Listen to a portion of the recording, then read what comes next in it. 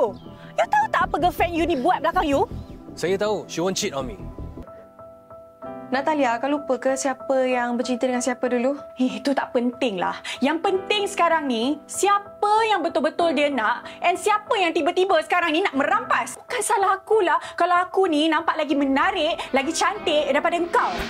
Hana, you tak boleh lemah, okay? You kena make sure tak ada orang boleh pijak you. Kalau you nak apa-apa, just go for it. Jangan ingat orang semua boleh nak kontrol you, nak dictate you.